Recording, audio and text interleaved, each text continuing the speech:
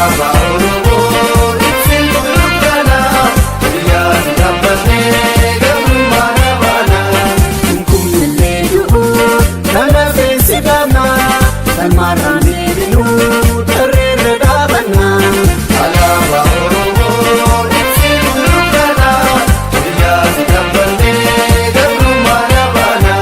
Dhiigaan siif facaasaa lafee siif qobeessa Oromiyaa irratti gadaan si dhaabsisa. Alaabaa Oromoo ibsi dukkana biyyaatti dhaabbatee gabrummaa dhaabana. Dhiiraaf dhalaa keenya bakkuma jiranii dasii dhaabuuf jecha falmaarra